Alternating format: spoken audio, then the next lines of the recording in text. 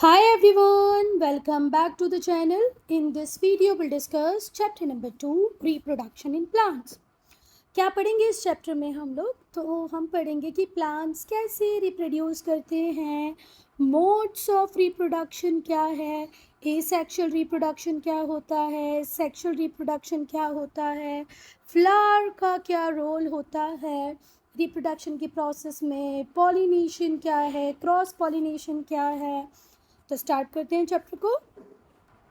बेटा, रिप्रोडक्शन क्या है ये हम डिस्कस करें उसके पहले आप एक बात बहुत अच्छे से ध्यान रखें कि जितने भी लिविंग बींग्स होते हैं ना अर्थ के ऊपर, जितने भी लिविंग बींग्स हों, भले वो प्लांट्स हों, एनिमल्स हों या ह्यूमन बींग्स हों, हम सब में एक कॉमन कैरेक्टरिस्टिक देखने को मिलता है। तो ये है कि हम सब अपने ऑफस्प्रिंग को रिप्रोड्यूस करते हैं या प्रोड्यूस करते हैं। ठीक है, आपने किड्स भी देखे होंगे, छोटे छोटे बच्चे देखे होंगे, है ना, प्लांट्स देखे होंगे, किटन देखा होगा, पपी देखा होगा। तो सारे के सारे लिविंग बीइंग में क्या कॉमन कैरेक्टरिस्टिक आप देखते हैं कि ये सब अपने ऑफस्प्रिंग को प्रोड्यूस करते हैं, जिससे उनकी स्पीशीज़ का कंटिन्यूएशन अर्थ के ऊपर बना रहे। क्योंकि सारी लिविंग बींग्स की लाइफ लिमिटेड है, कोई 10 साल जीता है, कोई 15 साल, कोई 100 साल, कोई 200 साल, तो एक दिन तो उसे मरना ही है। तो उसको अगर अपनी स्पीशीज़ को कंटिन्यू कराना है तो उसे रिप्रोड्यूस तो करना पड़ेगा। तो रिप्रोडक्शन क्या है? रिप्रोडक्शन न्यू ऑर्गेनिज्म को प्रोड्यूस करने का प्रोसेस है, और जो न्यू ऑर्गेनिज्म होगा वो ओन काइंड का होगा। या ओन काइंड से क्या मतलब है बच्चों? ओन काइंड से मतलब है कि वो दिखेगा भी अपने पेरेंट्स की तरह। जैसे किटन किसकी तरह दिखता है? कैट की तरह ही दिखता है। पपी किसकी तरह दिखता है? डॉग की तरह दिखता है ना? तो लुक भी वो कैसे करेगा? अपने पेरेंट्स की तरह। और फंक्शन भी कैसे करेगा? अपने पेरेंट्स की तरह। हम ट्रीज़ और प्लांट्स की बात करते हैं, तो जब हम एक मैंगो सीड को ग्रो करेंगे तो जो प्लांट उस सीड से ग्रो होगा वो मैंगो प्लांट की तरह ही दिखेगा। फिर जब ये प्लांट बड़ा होकर ट्री बन जाएगा तो ये मैंगो ट्री की तरह ही दिखेगा। ठीक है, फिर इसमें जो फ्रूट्स आएंगे वो फ्रूट्स किसकी तरह दिखेंगे बेटा? मैंगो की तरह ही दिखेंगे ना, एप्पल की तरह तो नहीं दिखने वाले। तो आई बात समझ में क्या मतलब है ओन काइंड का? चलो, तो बेटा जब हम कहते हैं रिप्रोडक्शन हो रहा है तो इसका मतलब क्या हो रहा है? नए ऑफस्प्रिंग आ रहे हैं, है ना, मतलब उस पर्टिकुलर स्पीसीज़ के नंबर में मल्टीप्लिकेशन हो रहा है। तो रिप्रोडक्शन क्या करता है? इंडिविजुअल के नंबर्स को मल्टीप्लाई कर देता है। ठीक है, उसकी पॉपुलेशन बढ़ जाती है, जिससे ये इंश्योर होता है कि उस स्पीशीज़ की लाइफ अर्थ के ऊपर कंटिन्यू बनी रहेगी। हर लिविंग ऑर्गेनिज्म को एक लिमिटेड स्पैन मिला है अर्थ के ऊपर। किसी का जीवन 10 साल का होता है, किसी का 20, किसी का 50, किसी का 100 और किसी का 200 भी होता है। कुछ लिविंग ऑर्गेनिज्म 200 ईयर्स तक सर्वाइव कर पाते हैं, एनिमल प्लांट्स, कुछ 10 ईयर, कुछ 20 ईयर्स, पर एट दी एंड एक टाइम के बाद, एक लिमिटेड टाइम के बाद तो इन्हें मरना ही है। तो क्या वो स्पीशीज़ ख़त्म हो जाए? नहीं, उसकी स्पीशीज़ का कंटिन्यूएशन बना रहे, इसीलिए रिप्रोडक्शन ज़रूरी है। तो reproduction multiplies the number of individuals of population and ensure continuity of life. Individual की पॉपुलेशन बढ़ेगी और उस स्पीशीज़ की लाइफ अर्थ के ऊपर कंटिन्यू रहेगी।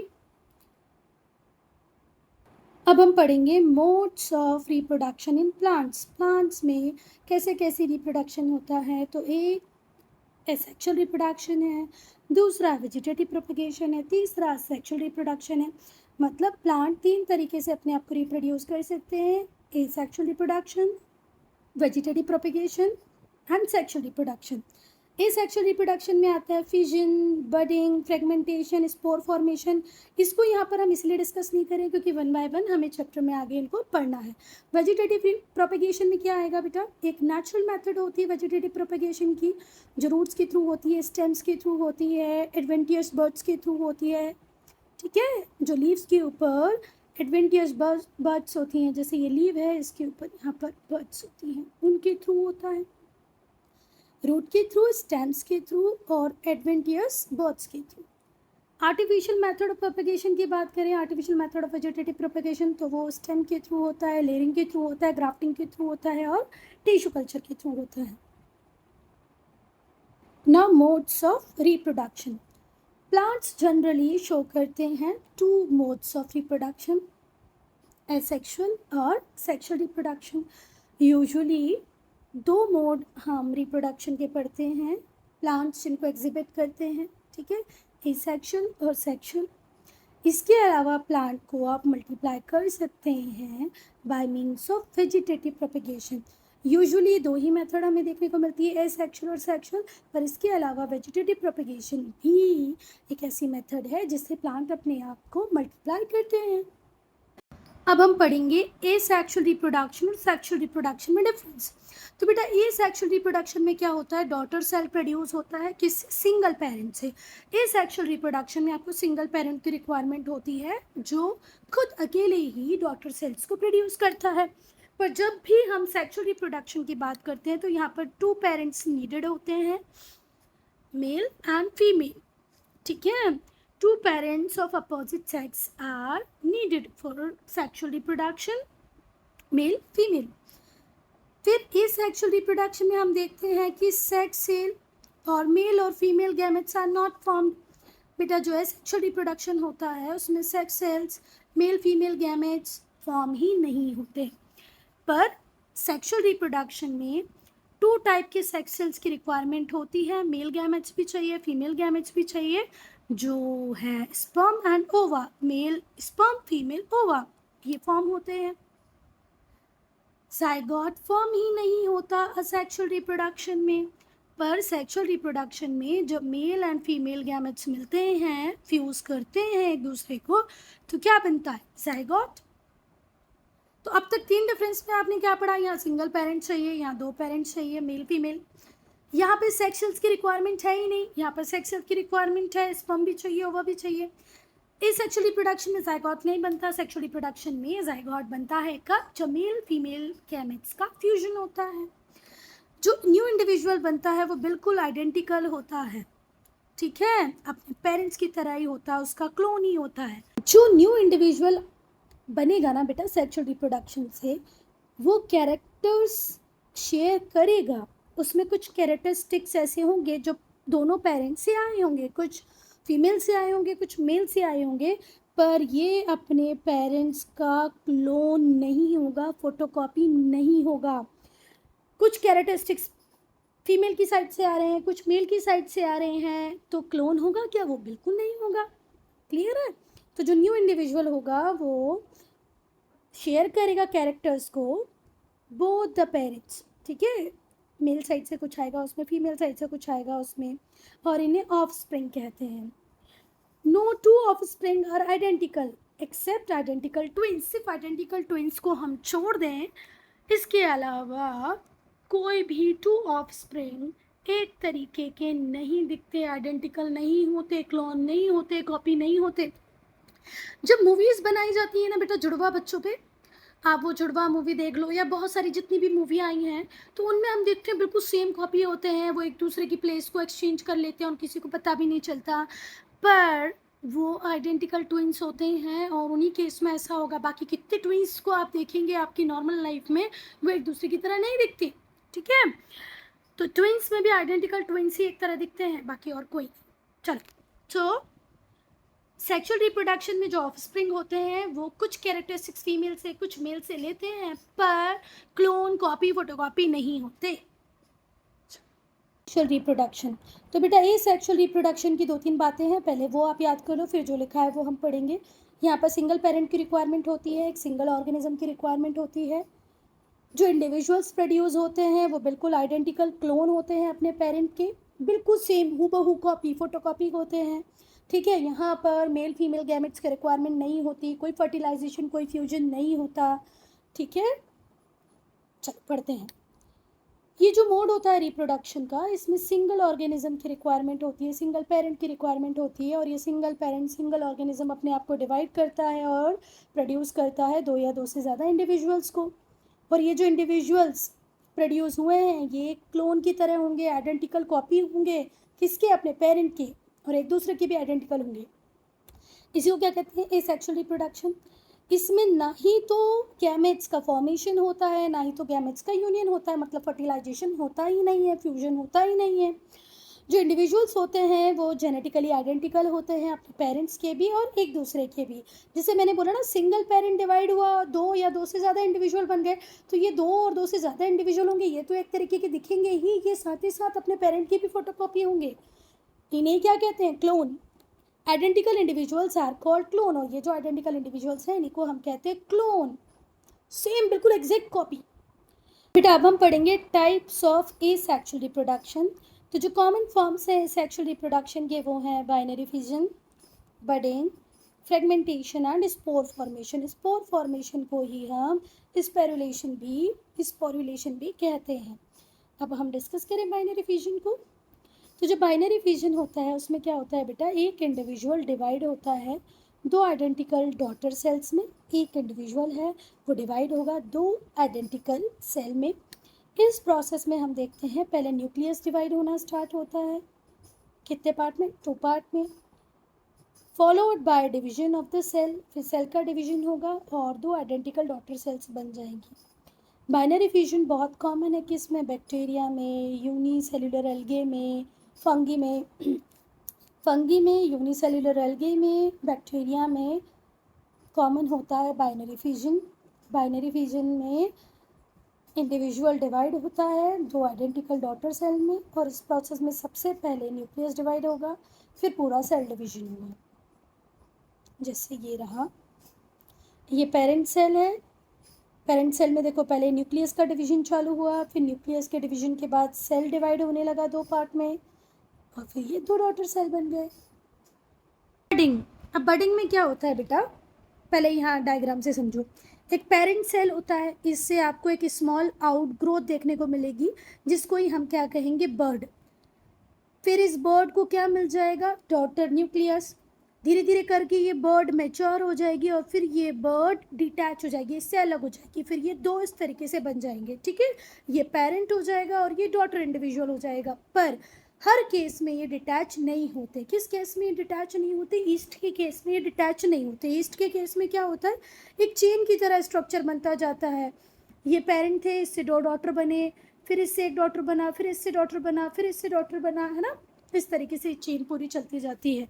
तो बडिंग में क्या होता है, जो डॉटर इंडिविजुअल होता है उसका राइज तो होता है पेरेंट ऑर्गेनिज्म से, पर किसके फॉर्म में होता है, स्मॉल बर्ड लाइक आउटग्रोथ।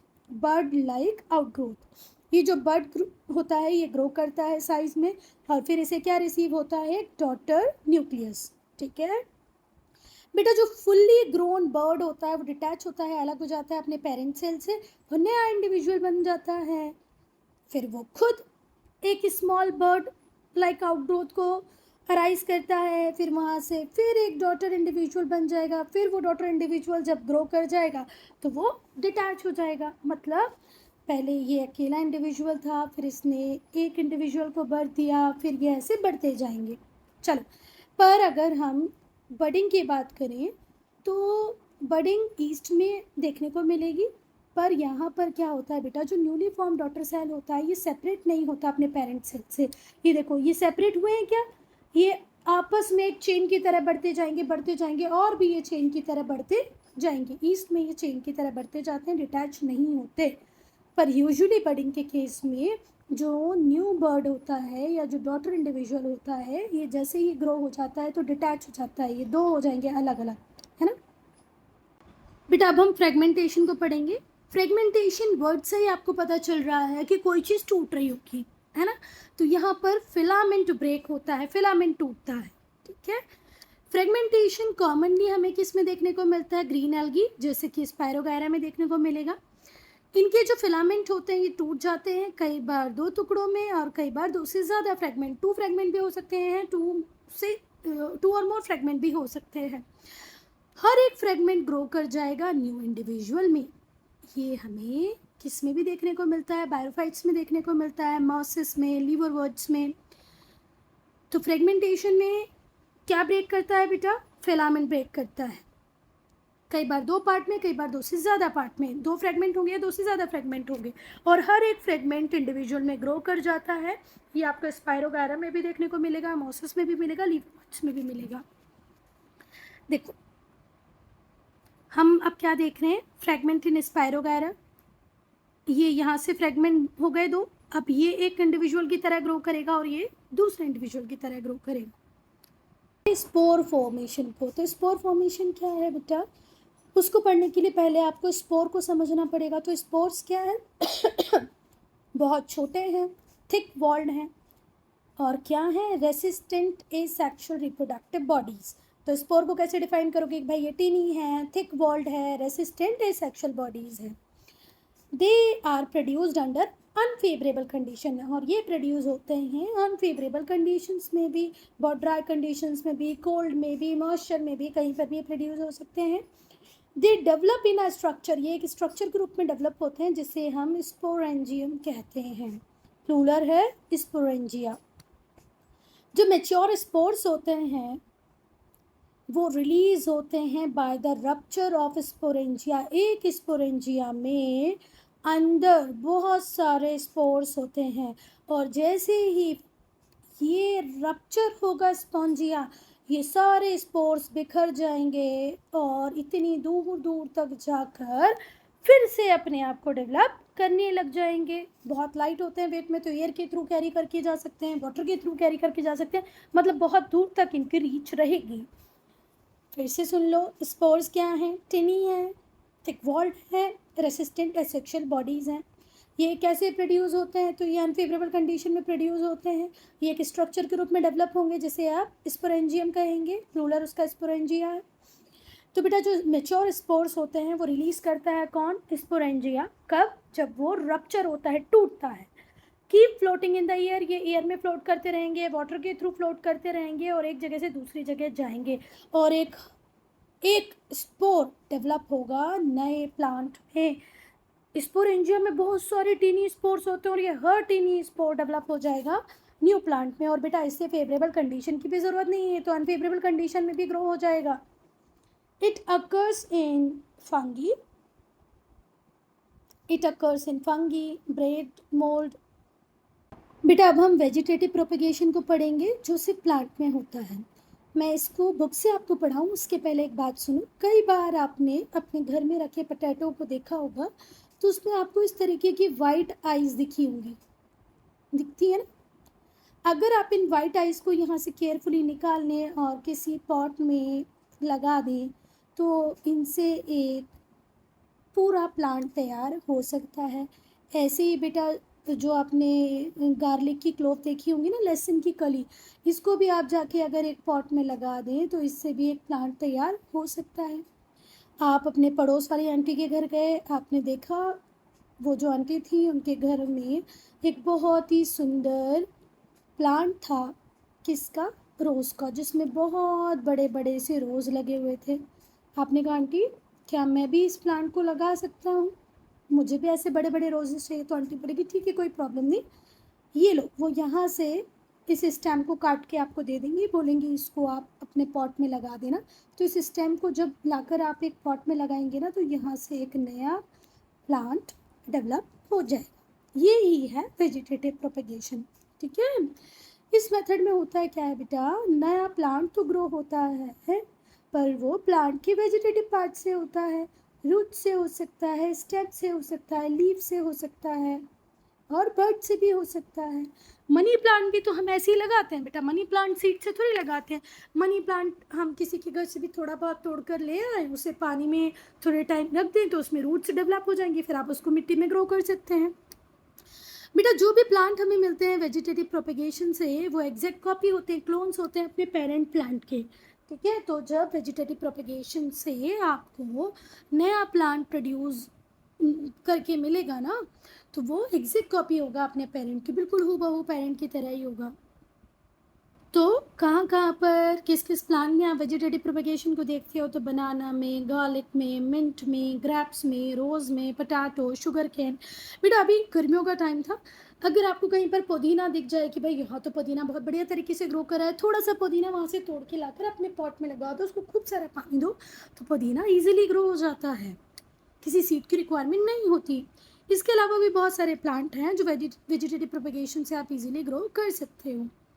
सबसे पहले हम लोग पढ़ेंगे नेचुरल मेथड को। वेजिटेटिव प्रोपेगेशन की आर्टिफिशियल मेथड्स भी होती हैं, पर पहले हम किसको पढ़ेंगे बेटा? नेचुरल मेथड्स को। वेजिटेटिव प्रोपेगेशन जो प्लांट में होता है वो बहुत कॉमन है नेचर में, ठीक है। प्लांट्स में जो वेजिटेटिव प्रोपेगेशन है वो नेचर में बहुत कॉमन है। It occurs during favourable condition. जैसे ही फेवरेबल कंडीशन आएगी वेजिटेटिव प्रोपेगेशन अपने आप स्टार्ट हो जाता है। प्रोबेबली रेनी सीजन, और ज़्यादातर कब होता है? रेनी सीजन में होता है, और फॉलोइंग वेज से होता है। First, by modified roots. Tuberous roots of dahlia, sweet potato, asparagus, ये थोड़ी सी स्वेलन होती है क्योंकि सूजी हुई होती है, फूली हुई होती है, क्योंकि इनके अंदर फूड स्टोर होता है और ये ज़मीन के अंदर ही रहती हैं। न्यू प्लांट्स ग्रो कर सकता है इन रूट्स से नेक्स्ट सीजन में। फिर से ध्यान से सुनो। ट्यूबर जैसी जो रूट्स होंगी ना, ट्यूबरस जो रूट्स होंगे, जैसे डहेलिया की रूट्स मान लो, स्वीट पोटैटो की, एस्पेरागस की, ये स्वलन होती हैं क्योंकि इनके अंदर फूड स्टोर्ड होता है और ये अंडरग्राउंड ज़मीन के अंदर ही रहती हैं। तो इनसे नया प्लांट ग्रो कर सकता है नेक्स्ट सीजन में। जैसे ये डहेलिया है, ये स्वीट पोटैटो है, ये रूट्स हैं, ये स्वेलन है, इनके अंदर फूड स्टोर्ड है। नेक्स्ट सीजन आएगा तो ये नए प्लांट को ग्रो कर देंगी। नेक्स्ट है मॉडिफाइड स्टेम्स। तो बेटा जो अंडरग्राउंड स्टेम होती हैं या जो सब एरियल स्टेम्स होती हैं वो इसी तरीके से मॉडिफाई होती हैं कि वो इजीली वेजिटेटिव प्रोपेगेशन कर पाएँ। जो अंडरग्राउंड और सब एरियल स्टेम्स होंगी वो मॉडिफाइड होंगी, स्पेशली किसके लिए? वेजिटेटिव प्रोपेगेशन के लिए। पहले हम ट्यूबर की बात करेंगे, तो जो पोटैटो है वो स्टेम ट्यूबर है। जैसे मैंने बात की डहेलिया की, एस्पेरेगस की, ये रूट ट्यूबर है, मतलब रूट ट्यूबर की फॉर्म में फूली हुई है। पर जब हम पोटैटो की बात करते हैं तो ये स्टेम ट्यूबर है। ये सोलन होता है, सोलन मतलब सूजा फूला हुआ होता है, इसके अंदर फूड स्टोर होता है। इसमें बर्ड होती है ना, पोटैटो में बर्ड होती है, जिसे ही हम क्या कहते हैं? आइज़। आप तो ज़मीन के अंदर नहीं, आपकी डलिया में जो आलू रखा रहे उसमें देखना कुछ सीजन में इस तरीके से बर्ड निकली हुई आपको दिखेंगी वाइट कलर की, इन्हें क्या कहते हैं? आइज़। ये जो आइज़ होती हैं, these eyes are the nodes. ये आइज़ ही क्या है? नोट्स हैं। And the buds in the eyes, और आइज़ में जो बर्ड हैं उन्हें ऑक्सिलरी बर्ड कहा जाता है। ये बर्ड एक नए एरियल शूट को जन्म दे सकती हैं। मैं फिर से कह रही हूँ, आपके घरों में जो आलू रखा उसमें अगर आपको कहीं आई दिख जाए तो उस आई को वहाँ से केयरफुली निकाल के एक पॉट में लगा दें, वहाँ से नया एरियल शूट डेवलप हो जाएगा। ट्यूबर, पोटैटो क्या है? अंडरग्राउंड स्टेम ट्यूबर ही है। ये सोलिन है। आलू कैसा होता है? मोटा ताज़ा होता है ना, उसके अंदर फूड है, स्टार्च है। डिप्रेशन में बर्ड भी मिलेंगे जिन्हें आप आइज़ कहेंगे। ये जो आइज़ हैं ये नोट्स हैं, ठीक है। And the bird in the eyes, eyes के अंदर जो बर्ड्स हैं वो ऑक्सिलरी बर्ड्स हैं। इन बर्ड्स से नया प्लांट, नया शूट आ सकता है। अब बेटा हम पढ़ेंगे बल्ब को। तो मैं बल्ब को पढ़ाऊँ उसके पहले आप सब ने ऑनियन खाया है ना? प्याज सभी लोग खाते हैं, ठीक है। ऐसे ही होता है ना, प्याज यहाँ से रूट सिस्टम डेवलप होता है, यहाँ पे शूट सिस्टम होता है। तो बेटा जब आप अनियन को पूरा बीच से काट देंगे, ठीक है, किस तरीके से? वर्टिकली, हॉरिजॉन्टली नहीं काटना, वर्टिकली काटना है। तो आपको पता चलेगा इसमें क्या ऑक्सिलरी बर्ड हैं, किसको टर्मिनल कहते हैं, वो बात दूसरी है। पर इतना याद रखो, बल्ब ये पूरा पार्ट है प्याज का जिसको हम खाते हैं, ठीक है। तो बल्ब में यहाँ क्या लिखा है उसे मैं एक्सप्लेन करूँ उसके पहले प्लांट की इमेज की तरफ चलते हैं। देखो, तो ये है बल्ब ऑफ ओनियन जिसमें ये फ्लैशी स्केल लीव्स हैं। ये लीव्स, ये एक प्याज की जो हम निकालते जाते हैं, ठीक है, लेयर बाय लेयर। अब हम बात करेंगे बल्ब की, टर्मिनल। ये जो बीच वाला पॉइंट है ये टर्मिनल है, ठीक है, टर्मिनल बर्ड है। ये वाला पार्ट इसका डिस्क है और ये वाला पार्ट इसका रूट है। तो बेटा अगर आपसे पूछे कोई कि ऑनियन क्या है, तो ऑनियन बल्ब है, ठीक है, या अंडरग्राउंड स्टेम है। बल्ब को कैसे डिफाइन करोगे? वेरी शॉर्ट डिस्क शेप्ड, बहुत छोटा है, डिस्क शेप का है, और अंडरग्राउंड स्टेम है। क्या है? डिस्क शेप का है, छोटा है, अंडरग्राउंड स्टेम है। एग्जाम्पल है इसका ऑनियन। इसके अंदर फ्लैशी के लीव्स होती हैं, वो प्याज जो हम खाते हैं ना लेयर बाय लेयर निकाल के, उन्हीं को कह रहे हैं फ्लैशी के लीव्स, जिसके अंदर फूड स्टोर होता है। जो डिस्क लाइक स्टेम होते हैं उसके अंदर टर्मिनल होते हैं, ऑक्सिलरी बर्ड होते हैं। और बेटा ये जो ऑक्सिलरी बर्ड हैं इनमें कैपेसिटी होती है कि ये नए ग्रीन एरियल शूट को डेवलप कर सकते हैं, एक नए प्लांट को बना सकते हैं। फिर से देखना, ये जो टर्मिनल बर्ड है ना, इनसे फिर से एक नया शूट सिस्टम, एक नया प्लांट डेवलप हो सकता है। अब हम पढ़ेंगे राइजोम को। राइजोम क्या है? Branched underground stem that swells up. ये भी सूजा हुआ होता है क्योंकि इसके अंदर भी फूड होता है। इसके अंदर बर्ड्स होती हैं जो एरियल शूट सिस्टम को डेवलप कर सकती हैं, एक नए प्लांट को बना सकती हैं। राइजोम किस में मिलता है? तो जिंजर में, टर्मरिक में, शुगर कैन में, बनाना में, बैम्बू में। राइजोम क्या है? Branched underground stem, branched underground stem जो सूजे हुए होते हैं। क्यों? क्योंकि उनके अंदर फूड स्टोर होता है, इनके पास बर्ड्स होती हैं जो नए प्लांट को ग्रो कर सकती हैं। राइजोम किस में मिलेगा? जिंजर में, टर्मरिक में, शुगर कैन में, बनाना में और बम्बू में। तो ये है राइजोम ऑफ जिंजर, ये हैं इसकी बर्ड, ये इसके स्केल्स हैं, और ये नोट्स हैं। एक एक नोट से अगर आप इस जिंजर को तोड़कर कहीं किसी पॉट में ग्रो करा देंगे तो जहाँ जहाँ इसकी बर्ड होंगी, है ना, वहाँ से एक नया प्लांट लग जाएगा। आप इसको बीच से ना तोड़ें, इधर से तोड़ लें, इधर से तोड़ लें, या ये वाले पार्ट को तोड़ लें, फिर इसको ज़मीन में गड़ा दें। जहाँ बर्ड होगी वहाँ से नया प्लांट ग्रो कर जाएगा। कॉर्न क्या है बेटा? ये भी सोलन होता है, फ्लैटेंड होता है, राउंडेड बल्ब है जिसके अंदर फूड होता है। तो कॉर्न को कैसे डिफाइन करोगे कि भाई सोलन है, फ्लैट होता है, राउंडेड बल्ब होता है जिसके अंदर फूड स्टोर होता है। हर कॉर्न ग्रो कर सकता है एक नए प्लांट में और बहुत सारे न्यू कॉर्न्स को डेवलप कर सकता है। एग्जाम्पल है gladiolus. Now propagation by sub aerial stems. बेटा जो सब एरियल स्टेम्स होती हैं ये सॉइल में ग्रो करने लग जाती हैं, ठीक है। जो रूट और सूट सिस्टम होता है वो नोड से निकलता है और नए प्लांट को जन्म देता है। ग्रास, स्ट्रॉबेरी, ऑक्सिलिस, ये क्राइसैंथेमम, मिंट, ये सब इसी मेथड से ग्रो होते हैं। देख रहे हो, ये इससे नया प्लांट बन गया, ये आपस में ग्रो करने लग जाते हैं, है ना। तो सब एरियल स्टेम जो होती हैं ये ग्रो कर सकती हैं सॉइल के साथ। जो रूट और शूट होता है वो इसके नोड से आ जाएगा, नया प्लांट बन जाएगा। एग्जाम्पल है ग्रास, स्ट्रॉबेरी, ऑक्सिलिस, क्राइसैंथेमम, मिंट, ये इसी मेथड से ग्रो होते हैं। सपोज करो ये एरियल स्टेम था, ये किसी तरीके से सॉइल के कांटेक्ट में आ गया, नया ग्रो हो गया, इसका एक और एरियल शूट फिर डेवलप हो जाएगा नए प्लांट में। पढ़ेंगे by adventitious buds on leaf. बेटा बायरोफिलियम की जो लीव होती है वो बहुत सारे नए बायरोफिलियम के प्लांट बना सकती है। जो फ्लैशी लीव होती है ना बायरोफिलियम की, उसमें एडवेंटिशियस बर्ड्स होते हैं। कहाँ पर? लीव्स के मार्जिन पे। लीव के मार्जिन पे जितने भी नॉचेस होते हैं, ये दिख रहे हैं नॉचेस, ये नॉचेस है ना।